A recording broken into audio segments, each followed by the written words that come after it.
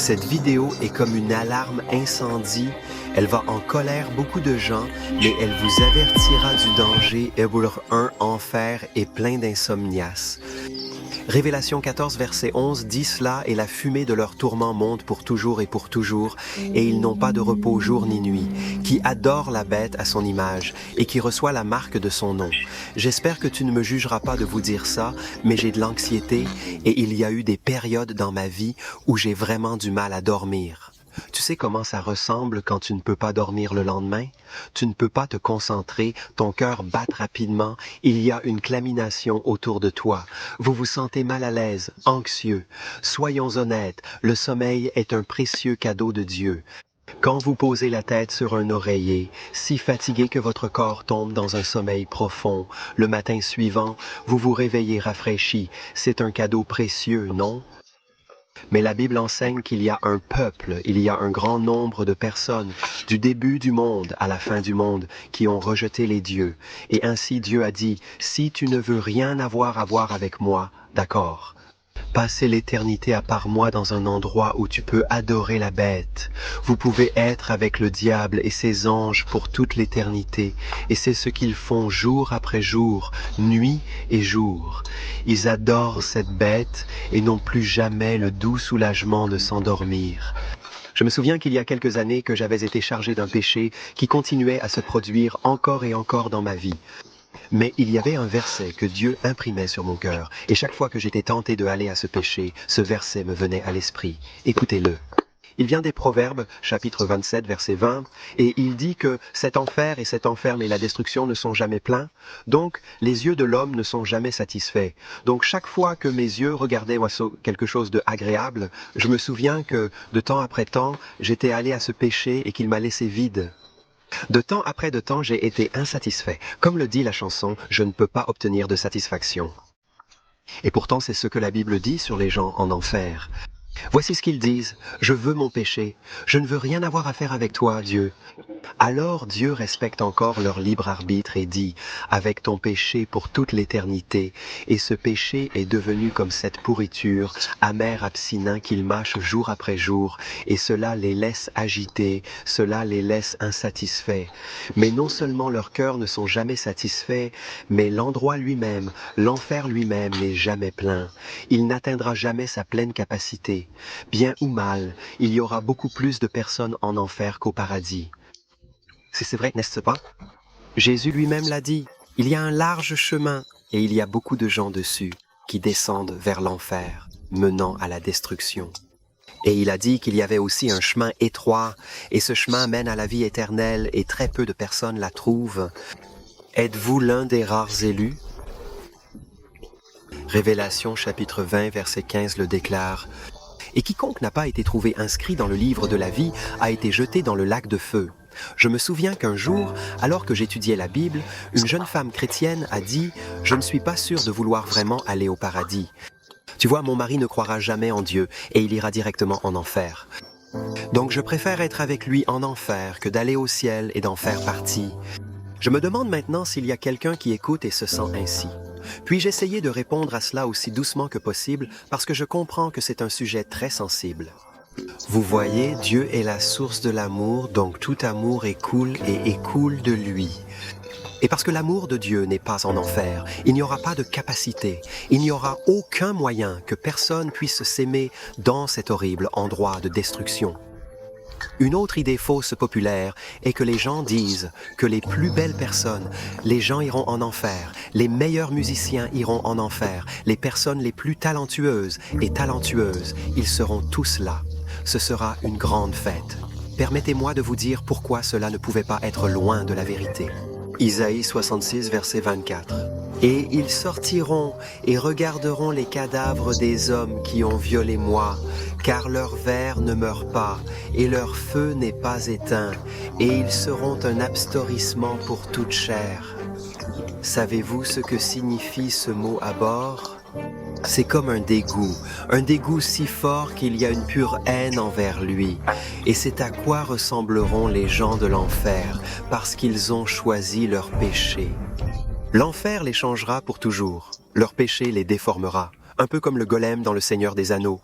Vous vous souvenez combien il était obsédé par la bague, et parce qu'elle est devenue tellement pour lui, elle l'a saisie, et l'obscurité l'a pris sur lui, et l'a fait sembler si répugnant au monde extérieur. Muggle 3, en enfer, il y aura des pleurs, des plémissions et des grinchements de thé. Matthieu 13, verset 41 dit cela. Le Fils de l'homme enverra ses anges, et ils rassembleront de son royaume toutes les choses qui offenseront et ceux qui pratiquent l'illégalité, et les jeteront dans le four de feu. Ils se plaqueront et serreront les dents. Pas beaucoup d'entre vous auront entendu parler de cette maladie, à moins que vous en souffriez vous-même. Ça s'appelle bruxisme. Qu'est-ce que le bruxisme? Eh bien, le bruxisme est essentiellement où un homme ou une femme se brouille les dents, se brouille la mâchoire, ils la serrent généralement à cause du stress et entendent le Seigneur Jésus-Christ. Christ apporte cette image de toute la population de l'enfer qui s'écrase les dents, se broyait les dents. Mais pourquoi se brocheront-ils les dents? Eh bien, pour la même raison que j'ai mentionnée plus tôt. Parce que le stress, la pression et l'anxiété pure de l'enfer seront trop élevés qu'ils essayeront de se soulager. Mais non seulement le bruit de broyage sera entendu, mais le bruit des pleurs et des plaisirs sera entendu. Quand j'avais 16 ans, j'ai subi une opération cardiaque et j'ai été hospitalisé pendant 2 semaines. Et je me souviens une nuit, très spécifiquement, j'avais besoin de toilettes au milieu de la nuit. Alors je me suis levé et je suis marché dans les couloirs entre les salles de l'hôpital. Tout était ombré, il était sombre, il y avait un peu de lumière et on pouvait entendre les moniteurs cardiaques biper faiblement dans l'arrière-plan. Mais puis, j'ai entendu un cri de pleurement que je n'oublierai jamais. C'était une femme âgée qui criait et criait pour l'aide, et je suis voici. Des années et des années plus tard, ce son est toujours gravé dans mon esprit. Mais en enfer, il n'y aura pas seulement une personne qui se pleurera. Toute la population se plaudra, criera et pleurera. En enfer, mes chers amis, l'enfer n'est pas un jeu. Allez n'importe où, mais n'allez pas en enfer. Leurs 4 en enfer, il n'y a pas d'échappe d'incendie. Luc 16, verset 26 dit cela. En plus de tout cela, entre les États-Unis et vous, il y a un grand objectif fixé, de sorte que ceux qui veulent passer d'ici vers vous ne peuvent pas passer, et ceux qui deviennent de là ne peuvent pas passer vers nous. Leonard Ravenhill dit qu'il y a 1000 routes vers l'enfer, mais il n'y a pas de route pour sortir. Il a également dit un jour que les gens prient en enfer, mais personne ne répond jamais. Quand j'étais au lycée, j'étudiais l'histoire, et je me souviens d'un film que nous avons tous regardé pour en savoir plus sur l'Holocauste. Et dans ce film, il y avait une scène particulière où les dirigeants nazis étaient incroyablement trompeurs. Ils ont dit aux Juifs, ce grand groupe de Juifs, peut-être 100 Juifs, ils ont dit « Il est temps que vous preniez une douche ». Alors ils les emmènent dans cette grande pièce sombre, et vous pouvez voir la lumière entrer par la porte, et ils disent aux Juifs de se détacher. Alors ils ont tous enlevé leurs vêtements, puis ils ont fermé la porte, et les Juifs ont réalisé qu'ils ne prenaient pas du tout de douche. Ils sont dans les chambres à gaz, et ils courent et commencent à gratter les murs, ils commencent à frapper les murs, ils commencent à supplier « S'il vous plaît, laissez-nous sortir !» Je pense que l'une des pires choses de l'enfer sera le premier moment où un homme ou une femme est piégé là-bas, et ils se rendent compte qu'il y a ce grand abîme qui est réparé, et il n'y a pas de moyen de sortir. Ce matin, quand j'écrivais des notes pour ce message, je suis venu submergé par cette peur, par cette image que le Seigneur m'a remise à l'esprit de ces Juifs qui ont souffert terriblement dans l'Holocauste. Puis la photo de penser à toutes ces personnes, les membres de ma famille même qui essayent de sortir de l'enfer, grimpent des échelles, il y a des grattes sur les murs de l'enfer, mais il n'y a aucun moyen de sortir, il n'y a pas d'échappée. Et la question qui nous vient à l'esprit est pourquoi Dieu, pourquoi un Dieu aimant laisserait-il que cela arrive à tant de gens? Eh bien, la réalité est que Dieu est un Dieu de l'amour. C'est un Dieu de la grâce. Regarde simplement mes vidéos. J'adore prêcher la grâce de Dieu. Mais Dieu a aussi d'autres attributs. C'est un Dieu de la colère. C'est un Dieu du jugement. Tu ferais quelque chose pour moi maintenant? Et nous devons penser dans votre esprit. Je ne sais pas quand vous regardez cette vidéo, à quelle heure et à quelle date c'est, mais je garantis qu'il y a eu une très récente injustice dont vous avez entendu parler dans les nouvelles. Presque chaque jour, nous allumons les informations et nous entendons parler d'injustice. Il y en a une en particulier que je pense actuellement qui a indigné le monde entier. Pourquoi cela? Parce que la Bible dit en Romains que Dieu a écrit la loi sur le cœur de l'homme en nous donnant une conscience et des êtres humains. Nous avons un système judiciaire solide. Si quelqu'un fait quelque chose de mal, nous nous en colère, nous en sommes contrariés, et c'est nous pécheurs avec des esprits tombés. Imaginez le Dieu saint et juste qui n'a jamais fait rien de mal. Son système judiciaire est beaucoup plus sensible que nos crimes méritent d'être punis, et nos crimes contre le Dieu créateur méritent d'être punis. Que soit grâce à Dieu qu'il a envoyé au Sauveur, le Seigneur Jésus-Christ, qui a pris dans son corps les péchés du monde, afin que vous et moi soyez pardonnés si nous l'appelons et recevons ce merveilleux salut. Que Jésus-Christ, le chéri du ciel, est mort pour moi. Il est mort pour toi. Vous voyez, à la croix, les deux attributs de Dieu sont montrés, la justice de Dieu et la miséricorde de Dieu. Il est juste dans ce qu'il punit Jésus-Christ pour nos péchés. Et notre péché a été traité à la croix. Le poids de notre péché a été mis sur Christ et il y a eu une transaction légale qui s'est produite. Le pire d'entre nous a été mis sur lui et le meilleur de Christ peut nous être donné en don si nous recevons Jésus-Christ. Mais alors la miséricorde de Dieu a également été rencontrée à la croix, parce que Dieu peut être miséricordieux envers tout pécheur, envers quiconque criera humblement « Sauvez-moi Seigneur Jésus », je penche le genou et je rends Jésus-Christ mon Seigneur et Sauveur. Dieu peut avoir pitié de cette personne et lui donner la vie éternelle et les sauver de ce terrible endroit appelé enfer que je prêche dans ce message, verse 5. En enfer, le incroyant verra la colère de Dieu. Révélation 14, verset 9 dit ceci. Alors un troisième ange les suiva, disant à voix forte, « Si quelqu'un adore la bête et son image et reçoit sa marque sur son front ou sur ses mains, il boira lui-même du vin de la colère de Dieu qui est versé dans la coupe de son indignation. Il sera tourmenté de feu et de soufre en présence des saints anges et en présence de l'agneau. Mais nous devons réfléchir à quelque chose. Dieu n'a eu qu'un seul fils et il l'a envoyé dans ce monde. Et comment ce monde l'a-t-il traité? Ils le battaient, crachèrent dessus, lui arrachèrent la barbe, lui cassaient une couronne d'épines dans le crâne, ils lui mettaient des clous dans ses mains et ses pieds. Il a été dépouillé. Il a pris les ténèbres spirituelles que toi et moi méritons sur cette croix. Il a été crucifié pour que nous puissions être pardonnés. Imaginez après tout cela, et ceux d'entre vous qui sont parents comme moi, nous préférerions mourir plutôt que de voir nos enfants souffrir comme ça. Nous préférerions prendre la place de cela. Mais pensez que malgré tout ça, ils seront toujours des hommes et des femmes, nombreux d'entre eux, qui diront « Je vais bien, je n'ai pas besoin de Jésus, je n'ai pas besoin de toi, Dieu, je peux le faire moi-même. » S'il y a un Dieu, je gagnerai mon chemin dans le ciel avec mes bonnes œuvres. Que pensez-vous qu'il arrivera à ce Dieu patient et aimant qui, dans sa bonté, a offert son Fils pour sauver des pécheurs perdus comme vous et moi, si ce jour-là nous le rejetons? La réponse évidente est ceci. Rien que la colère, l'indignation et la juste fureur attendront l'incroyant qui rejette ce précieux Fils, le Seigneur Jésus-Christ. Tu sais ce que tu dois faire pour aller en enfer? Absolument rien. Soyez juste vous-même et vous y arriverez très bien.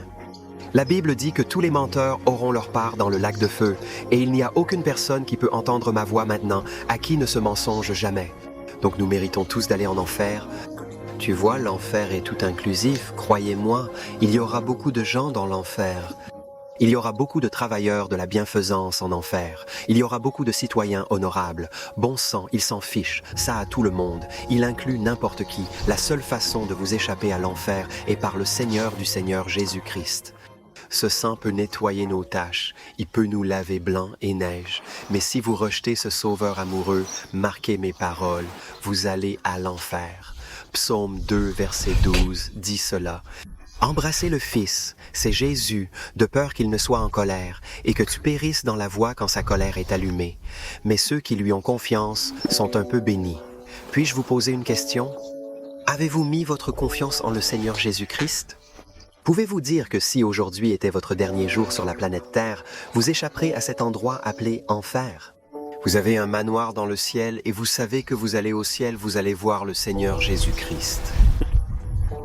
Si la réponse est non et que vous sentez que Dieu vous a parlé dans cette vidéo, je vais vous implorer maintenant. Mettez-vous à genoux maintenant et criez au Seigneur Jésus-Christ pour vous pardonner et vous sauver. La Bible nous promet que quiconque viendra vers lui, il ne sera en aucun cas chassé. Quiconque mettra sa confiance en le Seigneur Jésus-Christ, il dira « Seigneur Dieu, aie pitié de moi ». Il sauvera, pardonnera et les habillera de sa justice. Mais si vous êtes chrétien, vous devez également répondre à ce message. Toi et moi ne pouvons pas nous asseoir à regarder Netflix, à regarder la télévision pendant que le reste du monde périt. Beaucoup d'entre nous réorganisent les meubles sur un Titanic coulant lorsque le monde va en enfer. Vous ne savez peut-être pas cela sur moi, mais je suis un évangéliste à plein temps et j'ai des amis qui font aussi ce travail. Et je me suis tenu là une fois et j'ai vu un de mes meilleurs amis avoir des préservatifs jetés sur lui alors qu'il prêchait l'évangile. Un autre ami que je connais qui dormait à côté d'une toilette pour pouvoir y parvenir, et le seul endroit où les étudiants lui ont donné dormir dans cette mission était de dormir à côté d'une toilette. J'ai entendu parler d'un autre saint prédicateur qui, pendant qu'il prêchait, une autre personne est venue et a uriné sur lui. J'ai moi-même été coupé par pied par terre quand je prêchais. Quelqu'un a essayé de me tirer le pantalon. Pourquoi? Pourquoi prenons-nous ça? Nous faisons tout cela parce que nous croyons qu'il y a un enfer dans lequel les gens vont et que nous mourrons, nous prendrons tout, toute moque, toute humiliation, parce que nous voulons juste que les gens entendent parler de ce glorieux Sauveur. Si Jésus-Christ est prêt à mourir sur une croix pour moi, le moins que je puisse faire est d'y aller et de porter son message à un peuple perdu. Un jour, 3 pasteurs ont souhaité passer la journée avec D.L. Moody pour savoir pourquoi son ministère rencontrait tant de succès. Il n'est pas instruit, il parle avec une diffamation. Pourquoi a-t-il vu tant d'âmes converties? Alors, à la fin de la journée, D.L. Moody a dit « Merci beaucoup d'avoir passé la journée avec moi, mais avant de partir, cela te dérangerait si je pouvais t'emmener dans ma chambre d'hôtel? Je veux te montrer quelque chose. » Alors les hommes ont dit oui, ils sont allés jusqu'au sommet de ce bâtiment à 7 étages, ils ont regardé hors de sa chambre d'hôtel, et D.L. Moody a dit « Dis-moi, que tu vois? » Un homme a dit « Oh, je vois des enfants jouer dans le parc, rire, s'amuser. » Un autre homme a dit « Oh, je vois des hommes d'affaires courir d'avant en arrière, se précipitant pour aller au travail. » Un autre homme dit « Je vois de grands arbres, beaux, louant Dieu. » Puis l'un des hommes se retourna et regarda D.L. Moody qui coulait des larmes sur son visage. Et il a dit « Monsieur Moody, qu'est-ce que vous voyez réellement? » Bill Moody a dit « Je vois des milliers et des milliers d'âmes qui seront piégées dans l'enfer pour toujours, à moins qu'elles ne rencontrent mon Sauveur. » Mes chers amis, qu'est-ce que vous apercevez lorsque vous observez la foule? Voyez-vous un monde perdu? Qui a besoin du Sauveur qui est mort pour toi? Je ne sais pas ce que je peux dire pour te convaincre. Je ne sais pas ce que je peux dire pour te persuader, mais tu n'as qu'une seule vie au mieux. Nous vivons 7080 ans sur ce monde, et je dis que vous avez une vie, une chance de faire paraître cet évangile, de proclamer la bonne nouvelle du Seigneur Jésus-Christ. Je vous en prie, ne soyez pas juste un chrétien confortable qui apprécie sa foi et garde tout cela pour soi-même en regardant le reste du monde aller en enfer. Je ne sais pas qui a écrit ce poème, mais j'aimerais finir en le lisant pour vous. Vous avez vécu à côté de moi pendant des années, partageant nos rêves, nos joies et nos peines. Un ami pour moi. Tu étais en effet un ami qui m'a aidé quand il y avait besoin. Ma foi en toi était forte et sûre. Nous avions une telle confiance que nous devrions durer. Il n'y a jamais eu de querelle entre nous. Nos amis étaient semblables, et les ennemis aussi. Quelle tristesse alors, mon ami, de constater qu'après tout, tu n'étais pas si gentil. Le jour où ma vie sur Terre a pris fin, j'ai trouvé que tu n'étais pas un ami fidèle. Pendant toutes ces années passées ensemble sur Terre, vous n'avez jamais mentionné la seconde naissance. Tu n'as jamais parlé de ma dernière âme et du Messie qui pouvait me rendre entier. Je vous supplie aujourd'hui de m'épargner du feu cruel de l'enfer et je vous exprime mon dernier souhait. Il n'y a rien que tu puisses faire pour moi. Aucun mot aujourd'hui ne me rendra libre, mais ne trompez pas mon ami. Encore une fois, faites tout ce que vous pouvez pour les âmes des hommes. Suppliez-les maintenant, très sincèrement, de peur qu'ils ne soient jetés en enfer avec moi.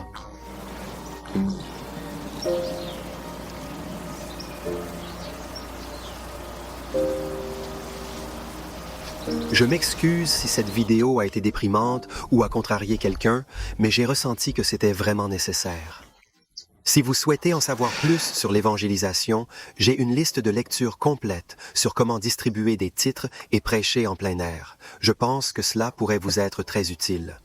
Si vous n'avez pas vu ma vidéo qui est un peu plus positive sur 5 choses que les gens verront au paradis, veuillez vérifier et je pense que vous apprécierez ça aussi. Et si vous n'êtes pas encore abonné, veuillez rejoindre ce ministère.